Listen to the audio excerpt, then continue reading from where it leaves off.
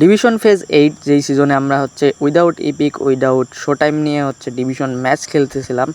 And ওই সিজনেরই অনেকগুলা match যেইগুলো আমি এখনও পর্যন্ত শেয়ার করি নাই, বলছিলাম যে ধীরে ধীরে শেয়ার করব। সো ওইখান থেকে একটা ম্যাচ এইটা। তো এটা হচ্ছে আমার স্কোয়াড, যেই স্কোয়াডে হচ্ছে কোনো ইপিক বা শো টাইম নাই। আর এটা হইতেছে অপোনেন্টের স্কোয়াড। অপোনেন্ট 4-3-3-তে গেম প্লে করতেছে। সো অপোনেন্টের এখানে হচ্ছে এসএস পজিশনে খেলাচ্ছে দানিয়াল মোকে। সো মিডল পয়েন্ট থেকে অ্যাটাক হওয়ার চান্স অনেকটাই বেশি। তো ম্যাচ শুরু হওয়ার পরে অপোনেন্ট এখানে অ্যাটাকে যাচ্ছিল, তার লেফট সাইড থেকে সার্জিনহোকে দিয়ে এসে একটা ক্রস করার ট্রাই করে, বাট এটা হচ্ছে আমার ডিফেন্ডারের গায়ে লেগে ব্লক হয়ে যায়। তো বল আমার নিয়ন্ত্রণে চলে আসে। আমি চাচ্ছিলাম যে একটা কাউন্টার অ্যাটাক করার এখান থেকে, বাট রং একটা পাস। অ্যান্ড এইখানে অপোনেন্ট হচ্ছে দারুণ 1-2 করে দানিয়াল মোকে দিয়ে সুন্দর একটা স্টানিং শট নেয়, বাট আমার গোলকিপার এখানে চমৎকার একটা সেভ করে। সো কর্নার নেয় ডিরেক্ট, বাট এখানে কর্নার থেকে কিছু না করতে পারলো, সার্জিনহোকে দিয়ে একটা ক্রস করে। আর এই ক্রস থেকেই হচ্ছে তার যেই বুলেট হেডার ছিল ডারউইন নুনেস, সে একটা গোল স্কোর করতে পারে। তো এই গোলের ফলে অপোনেন্ট 1-0 লিডে যেতে পারে মাত্র 11 মিনিটেই। সো যাই হোক, এরপরে আবারও অপোনেন্টের কাছেই বলের নিয়ন্ত্রণ যায়। অপোনেন্ট এখানে এবার রাইট সাইড থেকে আক্রমণ করার ট্রাই করে, অ্যান্ড অপোনেন্টের আক্রমণ বলতে সেই ক্রস।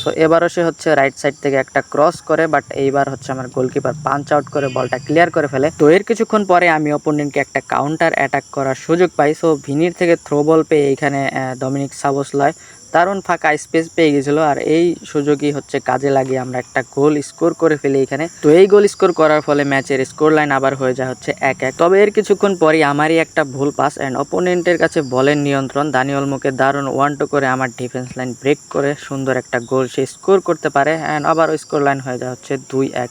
তো এর কিছুক্ষণ পরে ভিনি আর সাবোসলয়ের দারুণ 1-2, অ্যান্ড ভিনির উইক ফুটে আবারও আমরা একটা গোল স্কোর করে ম্যাচের স্কোর লাইন 2-2 করতে পারি। সো ফার্স্ট হাফ হচ্ছে এখানে শেষ হয় 2-2 গোলে। ফার্স্ট হাফে অপোনেন্টের দানিয়াল মো অনেক বেশি প্যারা দিচ্ছিল, তো তার জন্য একে হচ্ছে ম্যান মার্কিং করা লাগে। সো সেকেন্ড হাফ শুরু হওয়ার পরে এখানে আমি ভিনিকে 1-2 করে বের করে নেওয়ার ট্রাই করতেছিলাম কোনোভাবে, বাট এই প্ল্যানটা আসলে কোনোভাবেই কাজে লাগতেছিল না। এরই মাঝে অপোনেন্টের একটা আক্রমণ, অলমোস্ট এখানে একটা গোল সে স্কোর করতে পারছিল, বাট আমার লাক ভালো যে সাইড বার লাগার কারণে এইটা গোল হয় নাই। তো ম্যাচের যখন হচ্ছে 75 মিনিট রানিং, তখন আমরা এখানে লেফট সাইড থেকে চমৎকার একটা আক্রমণ তৈরি করতে পারি। এখানে অলমোস্ট কিমিকের গোল হয়েই গেছিল, বাট অপোনেন্ট ডিফেন্ডারের পায়ে লেগে শটটা ব্লক হয়ে যায়। তো এরপরে আমার হাতে থাকা সব সাবগুলাকে আমি মাঠে নামাই দিই। সো ম্যাচের হচ্ছে 87 মিনিটের দিকে উসমান দেমবেলের থ্রো বলে এখানে বেলিংহ্যামের চমৎকার রান, বল নিয়ে বক্সে ঢোকার সাথে সাথে এখানে অপোনেন্ট হচ্ছে ট্যাকেল করে ফেলে, বাট ট্যাকেল করে কোনো লাভের লাভ হয় নাই, উল্টা হচ্ছে লসই হয়। সো আর্লিং হালান্ডের পায়ে বল চলে যায়, আর্লিং হালান্ড এখান থেকে গোল স্কোর করতে পারে। তো এই গোলের ফলে আমরা এই ম্যাচটা শেষ করতে পারি 2-3 গোলে। সুন্দর একটা কামব্যাক ছিল এই ম্যাচে। তো যাই হোক, এই ম্যাচে আমাদের এমভিপি হচ্ছে ভিনিসিয়াস জুনিয়র। তো এই ম্যাচটা এখানেই শেষ করতেছি, দেখা হবে পরবর্তী কোনো ম্যাচে। ততক্ষণের জন্য বাই বাই, ভালো থাকবেন সবাই, সুস্থ থাকবেন।